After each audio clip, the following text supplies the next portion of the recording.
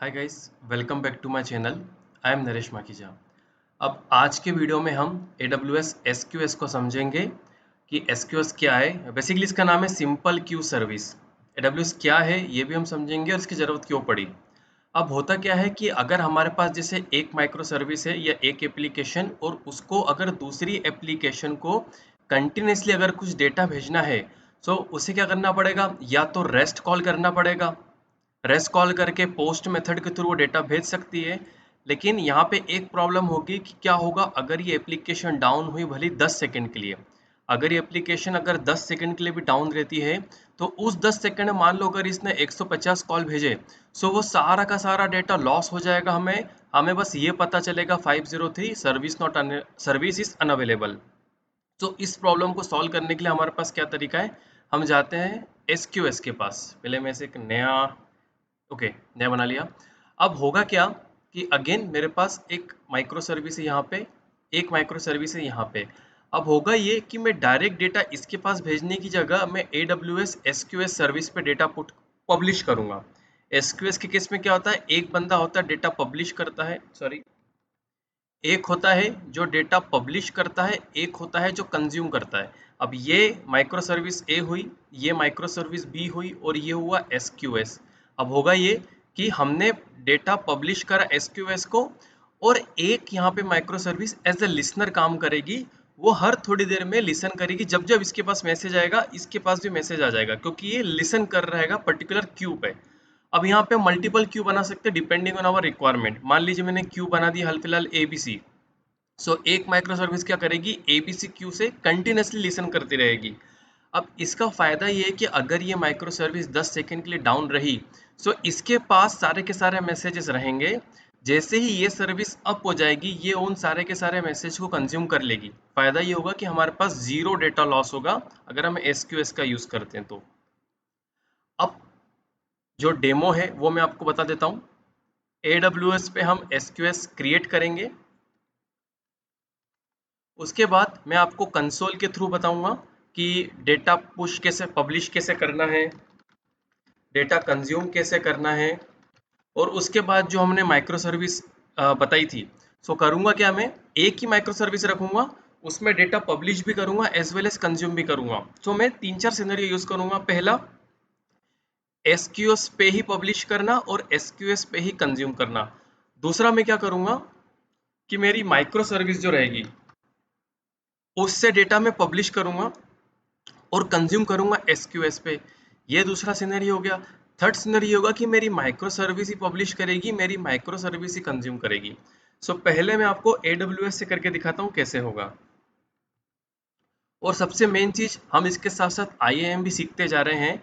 सो हम करेंगे क्या, पहले हम यूजर को कोई सी भी परमिशन नहीं देंगे। हम देखेंगे प्रॉब्लम आ रही है यूजर को SQS क्यू क्रिएट करने में, फिर हम उसको रिक्वायर्ड परमिशन देंगे। अब यहाँ पे मैंने मेरे रूट यूजर से लॉगिन कर लिया है। IAM पे जाऊंगा मैं।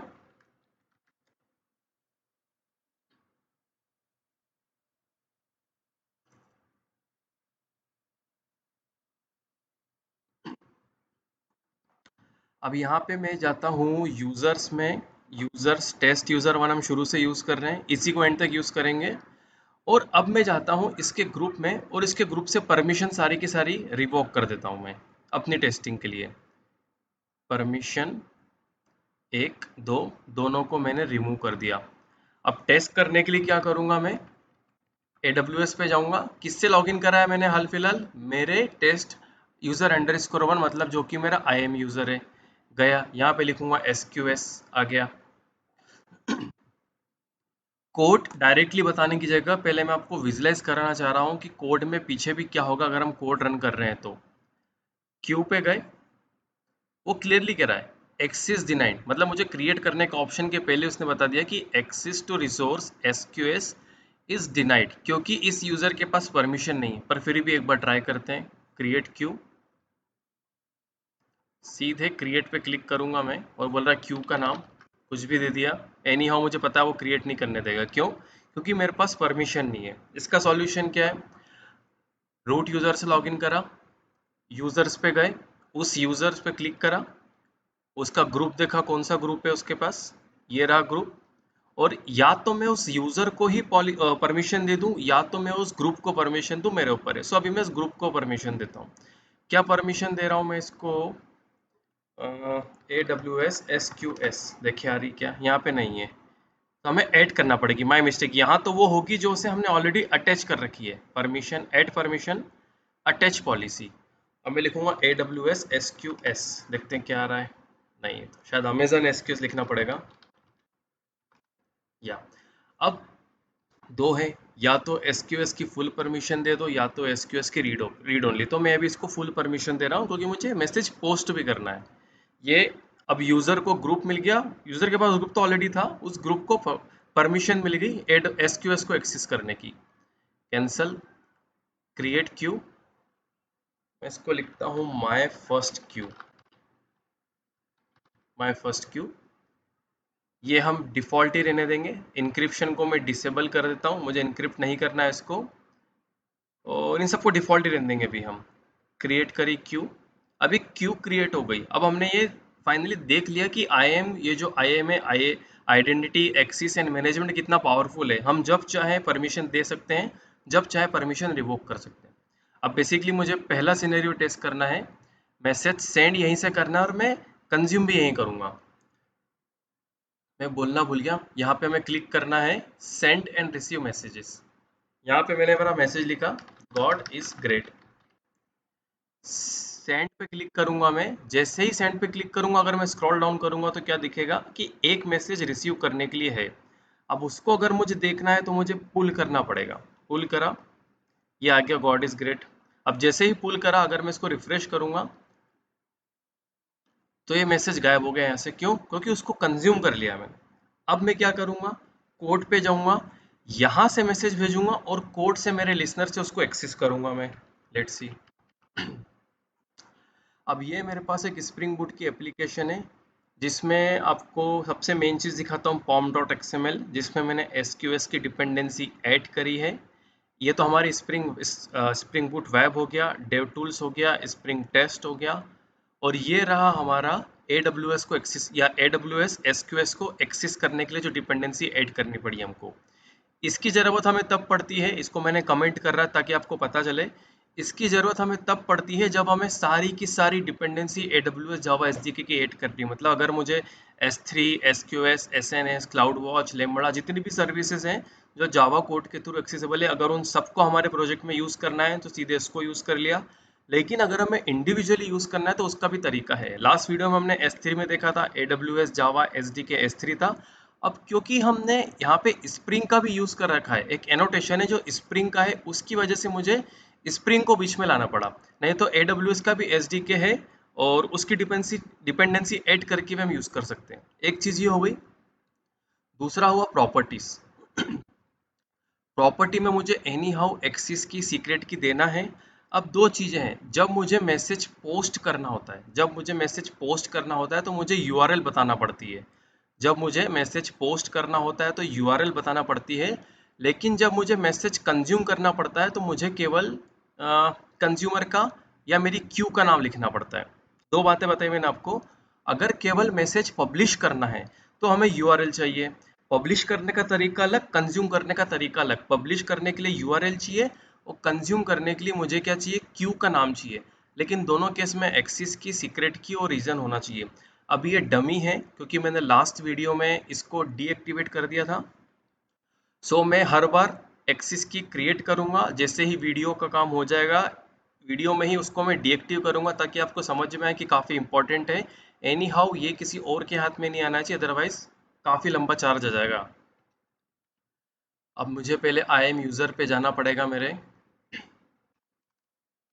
IAM सर्विस पे जाना पड़ेगा, माय मिस्टेक। IAM सर्विस पे गया और अपने यूज़र के लिए मुझे एक्सेस की सीक्रेट की जनरेट करना पड़ेगी। You don't have permission. अब ऐसा इसने क्यों बोला? क्योंकि मैंने क्या करा था, एडमिन एक्सेस की परमिशन ही रिवोक कर ली। मेरे पास पहले एडमिन की एक्सेस की परमिशन थी और S3 की थी। सो मैंने क्या करा, पहले सब कुछ रिवोक कर लिया था। अब अगर मैं चाहता हूँ कि इस यूज़र के लिए क्रेडेंशियल्स क्रिएट हो, तो या तो मैं खुद इसको क्रिएट करके दे दूँ। अभी मैंने रूट यूज़र से लॉगिन करा है, तो या तो मैं रूट यूज़र को बोलूँ कि भैया आप ही मुझे दे दो, या तो मैं खुद क्रिएट कर लूँ। सो फॉर अ चेंज हम रूट यूज़र से आज बोलते हैं। लास्ट वीडियो में मैंने खुद अपने टेस्ट यूज़र 1 से लॉगिन करके एक्सेस की सीक्रेट की जनरेट की थी, पर यहाँ पे फॉर अ चेंज मैं रूट यूज़र से बोल रहा हूँ कि भाई साहब दे दो मुझे की। आप डाउनलोड कर लेता हूँ उसको, और की में गया मैं, टेस्ट यूज़र की। डोंट वरी, मैं आपको दिखा देता हूँ, पर मैं उसे रिवोक कर लूँगा। ये होगी एक्सेस की,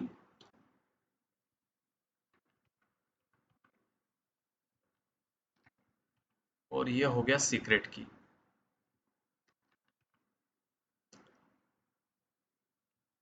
अब ये यूआरएल मुझे कहाँ से मिलेगी, तो मुझे जाना है एसक्यूएस पे अपने अकाउंट से, माय फर्स्ट क्यू। यहाँ पे जैसे ही आऊँगा मैं, मुझे इसकी यूआरएल मिल गई। ये डबल पे क्लिक करा तो यूआरएल कॉपी भी हो जाएगी। कोड में आके मुझे इसको चेंज करना है। रीज़न आप लोगों के ऊपर है, मैं मेरे हैबिट के कारण एपी साउथ वन यूज़ करता हूँ। आप जो चाहे वो यूज़ कर सकते हैं, उसका कोई इशू नहीं है। ये ऐड कर दिया, ये ऐड कर दिया, ऐड कर दिया। अब मुझे देखना क्यू का नाम क्या है, तो क्यू का नाम है my first Q. My first Q, ठीक है। अब हम थोड़ा कोड को समझते हैं। जो बात मैंने लास्ट वीडियो में कही थी वही, कि जब हमारे पास जो खुद हम क्लास क्रिएट करते हैं, हमारे पास क्लास की पूरी डेफिनेशन रहती है। हम @सर्वी यूज़ करते हैं और स्प्रिंग की मदद लेते हैं ऑब्जेक्ट क्रिएट करने के लिए। लेकिन यहाँ पे क्या है कि अगर मुझे AWS SQS का रेफरेंस चाहिए, तो स्प्रिंग को क्या पता, क्योंकि अगर हम इसको देखें तो ये एक इंटरफेस है। स्प्रिंग को क्या पता कि इसका कौन सा इम्प्लीमेंटेशन यूज़ करके ऑब्जेक्ट क्रिएट करना है। वो हमें उसको बताना पड़ेगा। उसके लिए अगेन एक कॉन्फ़िगरेशन क्लास क्रिएट करी। यहाँ पे हमें एक्सेस की सीक्रेट की रीज़न चाहिए, क्यों? क्योंकि हमें क्रेडेंशियल्स प्रिपेयर करना है। ये मेथड है क्रेडेंशियल्स प्रिपेयर करने की, जो क्रेडेंशियल रिटर्न कर रही है। और इस क्रेडेंशियल्स को हम देखते हैं कहाँ पे यूज़ करा हमने। ये जब हम जब हम एसक्यूएस का क्रिएट करते हैं बिन, तो या तो हम इधर अपनी क्रेडेंशियल्स मेथड को कॉल कर ले, या तो हम न्यू बेसिक AWS क्रेडेंशियल्स को यूज़ करके का कंस्ट्रक्टर क्रिएट करके एक्सेस की सीक्रेट की प्रोवाइड कर दें। दोनों में से कोई सा भी यूज़ कर सकते हैं।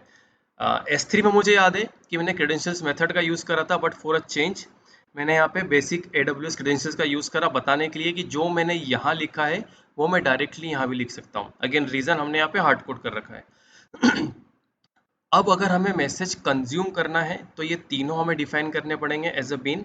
अगर मैसेज पब्लिश करना है तो भी हमें, आई थिंक, ये तीनों डिफाइन करने पड़ेंगे। आई थिंक पब्लिश के लिए केवल ये चल जाएगा, लेकिन कंज्यूम के लिए तो हमें दोनों डिफाइन करना पड़ेंगे। अब कंज्यूम करने का तरीका समझते हैं पहले।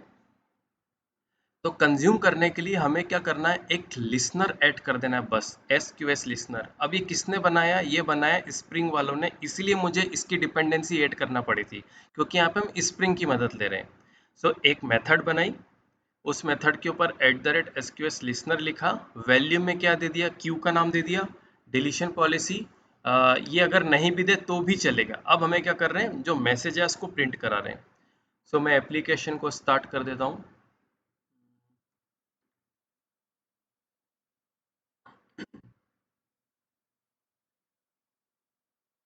अब होगा क्या कि जैसे ही मैं AWS पे जाके, XQS पे जाके अपना मैसेज पब्लिश करूंगा, मुझे यहाँ पे मैसेज रिसीव्ड के अगेंस्ट मैसेज दिख जाएगा।